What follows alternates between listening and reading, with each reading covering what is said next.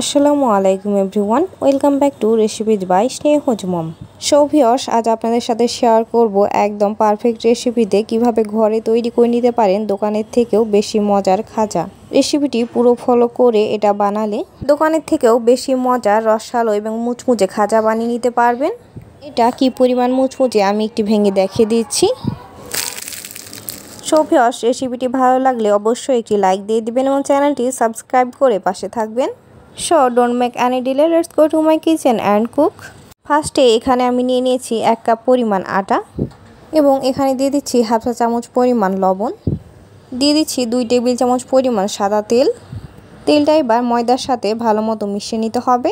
প্রায় 2-3 মিনিট মতো সময় নিয়ে এটা মিশিয়ে নিলেই হবে। আচ্ছা, এখানে একটা কথা বলে রাখি, আপনারা চাইলে এখানে তেলের পরিবর্তে ঘি অথবা বাটার মেল্ট করে ব্যবহার করতে পারেন, নয়তোবা আমার মতো তেল দিয়েই কাজ চালিয়ে নিতে পারেন। ময়দাটা এবার আমার একদম ভালো মতো মিশিয়ে নেওয়া হয়ে গেছে। এবার এখানে আমি নিয়ে নিয়েছি হাফ কাপ পরিমাণ রুম টেম্পারেচারে থাকা পানি। তবে পানিটা অবশ্যই একবারে ব্যবহার করা যাবে না, অল্প অল্প করে দিতে হবে এবং খুব বেশি শক্ত না এবং খুব একটা বেশি নরম না, এমন একটি ডো তৈরি করে নিতে হবে। আচ্ছা, এইখানে যদি আপনারা ডোটা নরম বানিয়ে ফেলেন তাহলে খাজাগুলো কিন্তু কখনো ক্রিস্পি হবে না। এটা প্লিজ সবসময় মাথায় রাখবেন, তাহলে এই খাজাগুলো কুড়মুড়ে মুচমুচে এবং ক্রিস্পি হবে। এবার এই ডোটাকে কিছুক্ষণ মাখিয়ে নিতে হবে এবং শক্ত একটি ডো তৈরি করে নিতে হবে। এটা ঠিক এইরকম টাইপের হবে।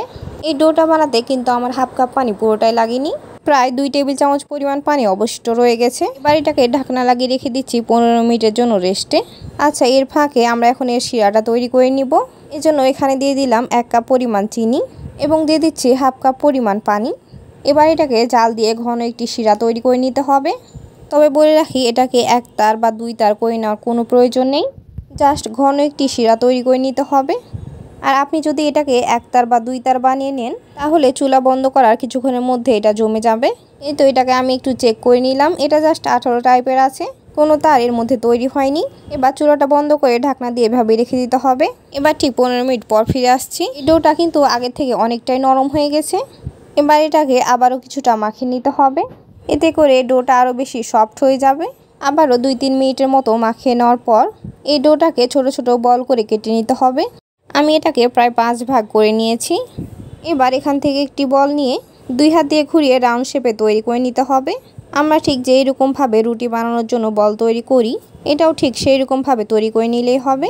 এবার এখানে আমি কিছুটা কর্নফ্লাওয়ার দিয়ে নিলাম, এতে করে রুটিটা বেলে নিতে ইজি হবে। এবার এই বলটাকে আমি একটু হাত দিয়ে প্রেস করে চ্যাপটা বানিয়ে নিচ্ছি। আমরা মোটামুটি সবাই জানি ঠিক কীরকমভাবে রুটি বানিয়ে নিতে হয়, এটাও ঠিক সেই রকমভাবে একদম পাতলা করে একটি রুটি বেলে নিতে হবে। আচ্ছা, এইখানে বলে রাখি, আপনারা যদি চান কর্নফ্লাওয়ারের পরিবর্তে ময়দাও ব্যবহার করতে পারেন, কোনো প্রবলেম নেই। এবার এটাকে একটি বড় সাইজে রুটি করে বেলে নিতে হবে। যারা রুটি বানাতে জানি আশা করি তাদের জন্য কোনো প্রবলেম হবে না। এইভাবে বাসায় গরম গরম খাজা বানিয়ে খাওয়ার মজাই কিন্তু আলাদা। আর বলে রাখি, এর কিন্তু বিশেষ সুবিধাও আছে। আপনি এটাকে একবার বানিয়ে 1 মাস পর্যন্ত রেখে সংরক্ষণ করে খেতে পারবেন। এই তো আমার এবার একটি রুটি বেলে নেওয়া হয়ে গেছে। রুটিটা কিন্তু অনেকটাই পাতলা করে বেলে নিয়েছি। রুটিটা ছিঁড়ে যাওয়ার আগে পর্যন্ত যতটাই পাতলা করে নেওয়া যায় ততটাই পাতলা করে নেবেন। এবার আমি সেম প্রসেসে আরেকটি রুটি বেলে নিচ্ছি। আর বলে রাখি, রুটিটা কিন্তু যথেষ্ট পাতলা এবং বড় হয়ে যাওয়ার কারণে একা একাই ঘুরবে না, তাই এটাকে 2 হাত দিয়ে উঠিয়ে ভালো মতো ঘুরিয়ে বেলে নিতে হবে। আমি এই কাজটা ঠিক কীরকমভাবে করে নিচ্ছি ভালো মতো লক্ষ্য করলে নিশ্চয়ই বুঝতে পারবেন। এবার ঠিক সেম প্রসেসে আমি 5টা রুটি বেলে নিয়েছি। এবার এখানে দিয়ে দিচ্ছি 1 টেবিল চামচ পরিমাণ রান্নার তেল। তেলটা এবার হাতের সাহায্যে পুরো রুটিটাই মাখিয়ে নিতে হবে। আর আপনারা চাইলে এখানে ঘিও ব্রাশ করে নিতে পারেন, এতে এটা আরও বেশি রিচ হবে। আর না দিলেও কিন্তু কোনো প্রবলেম নাই, তেল দিয়ে এটা খেতেও কিন্তু অনেক মজা হয়। এবার এর উপর কিছুটা কর্নফ্লাওয়ার ছিটিয়ে দিচ্ছি। এইভাবে তেল এবং কর্নফ্লাওয়ার দিয়ে নিলে খাঁচার ভেতরে প্রতিটা লেয়ার আলাদা আলাদা হবে। এবার তেল এবং কর্নফ্লাওয়ার ভালো মতো দিয়ে নেওয়া হয়ে গেলে এবার এর উপর আমি একটি রুটি দিয়ে নিচ্ছি। আবারও সেম প্রসেসে তেল দিয়ে নিতে হবে এবং রুটির উপর পুরোটাই ভালো মতো স্প্রেড করে নিতে হবে। এবং ভালো মতো স্প্রেড করে নেওয়া হয়ে গেলে এখানে আবারও কর্নফ্লাওয়ার দিয়ে নিতে হবে। আপনারা চাইলে এইরকম ছাঁকনি দিয়েও কর্নফ্লাওয়ারটা দিয়ে নিতে পারেন, এতে করে কর্নফ্লাওয়ারটা চারপাশে সমানভাবে পড়বে। এবার কর্নফ্লাওয়ার দিয়ে নেওয়া হয়ে গেলে এর উপর আবারও একটি রুটি দিয়ে নিচ্ছি এবং রুটিটা দিয়ে আবারও ভালো মতো বসিয়ে দিতে হবে, যেন একটি রুটির সাথে আরেকটি রুটি ভালো মতো লেগে যায়। আচ্ছা, আবারও বলে রাখি, আপনারা যদি চান রুটির মধ্যে এইখানে কর্নফ্লাওয়ারের পরিবর্তে ময়দাও দিয়ে নিতে পারেন। এটার টেস্ট কিন্তু একটু ডিফারেন্ট হবে না, তাই নিশ্চিন্তে ব্যবহার করতে পারেন। এবার ঠিক সেম প্রসেসে একটি রুটির উপর আরেকটি রুটি বসিয়ে দিতে হবে। এবার আমার ঠিক একই রকমভাবে 5টি রুটি দিয়ে নেওয়া হয়ে গেছে। আর সব রুটিগুলো একসাথে দিয়ে নেওয়ার পর এইভাবে ঘুরিয়ে এটাকে রোল বানিয়ে নিতে হবে। আপনারা একটু ভালো মতো লক্ষ্য করবেন আমি এই কাজটা ঠিক কীরকমভাবে করে নিলাম। আচ্ছা, এর সাইডের অংশগুলো যদি মনে হয় যে খুলে যায়, তাহলে সেখানে আবারও কিছুটা তেল দিয়ে এটাকে লাগিয়ে নেবেন, অথবা চাইলে পানিও ব্যবহার করতে পারেন, কোনো প্রবলেম নেই। এবার একটি নাইফের সাহায্যে রোলটাকে কেটে নিতে হবে। ফার্স্টের এই কেটে নেওয়া অংশটাও চাইলে ফেলে দিতে পারেন, অথবা চাইলে রেখে দিতেও পারেন। ফ্রাই করে নিলে সেটাও কিন্তু অনেক ক্রিস্পি হয়। এবার এই রোলটাকে আমি প্রায় 1 ইঞ্চির মতো করে কেটে নিচ্ছি। এবার সেম ওই একই রকমভাবে পুরো রোলটা কেটে নিতে হবে। এই রোলগুলোর মধ্যে লেয়ারগুলো কিন্তু খুব সুন্দর মতো হয়েছে এবং প্রতিটা লেয়ার আলাদা আলাদা করে এখনই বোঝা যাচ্ছে। রোলগুলো কিন্তু সাবধানতার সাথে কেটে নিতে হবে, নইলে এর মধ্যে লেয়ারগুলো নষ্ট হয়ে যাবে। রোলটা আমি পুরোটাই সেম একই রকমভাবে কেটে নিয়েছি এবং এখানে আমার মোট প্রায় 14টির মতো খাজা হয়েছে। এবার এখানে আবারও কিছুটা কর্নফ্লাওয়ার দিয়ে নিলাম। এবার কেটে নেওয়া রোলটা থেকে একটা পিস খাজা নিয়ে এর উপর কিছুটা কর্নফ্লাওয়ার দিয়ে হাত দিয়ে আলতো করে প্রেস করে এটাকে চ্যাপটা বানিয়ে নিতে হবে এবং এটা কিছুটা চ্যাপটা হয়ে আসলে এটা একটি বেলনার সাহায্যে বেলে নিতে হবে। এই যে খাজাটার ভিতরে লেয়ারগুলো কিন্তু এখনও বোঝা যাচ্ছে। আবারও সেম প্রসেসে আবারও একটি খাজা আমি বেলে নিচ্ছি এবং আপনাদের সুবিধার জন্য আবারও একটি বেলে আমি দেখিয়ে দিচ্ছি। এবার সেম ওই একই রকমভাবে সবগুলো খাজাই আমার বেলে নেওয়া হয়ে গেছে। এবার এগুলোকে ফ্রাই করে নিতে হবে। এবার চুলায় একটি প্যানে তেল একদম হালকাভাবে গরম করে নিয়েছি এবং আপনারা একটু লক্ষ্য করবেন এর মধ্যে কিন্তু বাবলস খুব একটা বেশি নেই। ঠিক এইরকম টেম্পারেচারে খাজাগুলো দিয়ে নিতে হবে।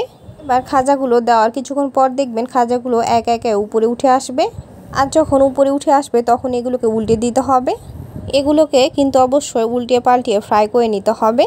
একটা সাইড পুরোটা ফ্রাই করে এগুলোকে উল্টানো যাবে না, কয়েকবার উল্টিয়ে পাল্টিয়ে দেন এগুলো ফ্রাই করে নিতে হবে, তাহলে এই খাজাটা একদম ক্রিস্পি হবে। এবার এই সাইডটা আবারও কিছুক্ষণ ফ্রাই করে নেওয়ার পর এটাকে আবার উল্টে দিতে হবে। এই লেয়ারগুলো কিন্তু এখন অনেকটাই খুলে এসেছে এবং একদম স্পষ্ট বোঝা যাচ্ছে। অনেকে কিন্তু টুথপিক দিয়ে নাড়িয়ে এর মধ্যে লেয়ারগুলো খুলে থাকেন, কিন্তু আমারগুলোতে সেরকম কোনো কিছুই করা লাগেনি, এগুলো একা একাই খুলে গেছে। এবং আপনারা যদি পুরো রেসিপিটি ফলো করে একই রকমভাবে বানান, ইনশাল্লাহ আপনাদেরগুলোও সেম একই রকম হবে।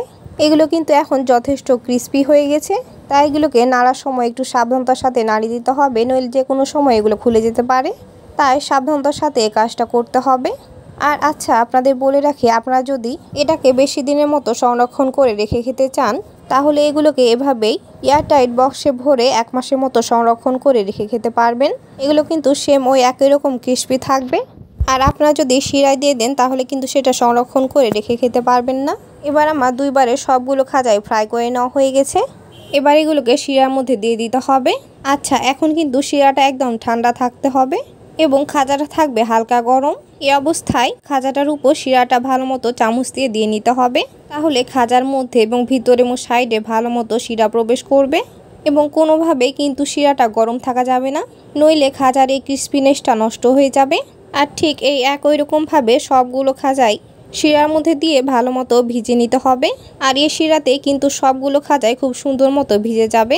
এই তো এবার তৈরি হয়ে গেল দারুণ মজা, সুস্বাদু এবং রসালো মুচমুচে খাজা। আশা করি আজকের আমার এই রেসিপিটি আপনাদের ভালো লেগেছে এবং ভালো লেগে থাকলে বাসায় একবার অবশ্যই ট্রাই করবেন এবং রেসিপিটি কেমন লাগলো অবশ্যই একটি কমেন্ট করে জানিয়ে দিবেন, কারণ আমি সব সময় আপনাদের কমেন্টের অপেক্ষায় থাকি। এবং রেসিপিটি বুঝতে কোনো প্রবলেম হলে সেটাও কমেন্ট করে জানাবেন, কারণ আমি সবসময় কমেন্টে রিপ্লাই দিয়ে থাকি। So enough for today. সবাই সুস্থ থাকবেন, ভালো থাকবেন। এতক্ষণ সাথে থাকার জন্য সবাইকে অসংখ্য ধন্যবাদ। আসসালামু আলাইকুম। দেখা হবে আবারও পরবর্তী কোনো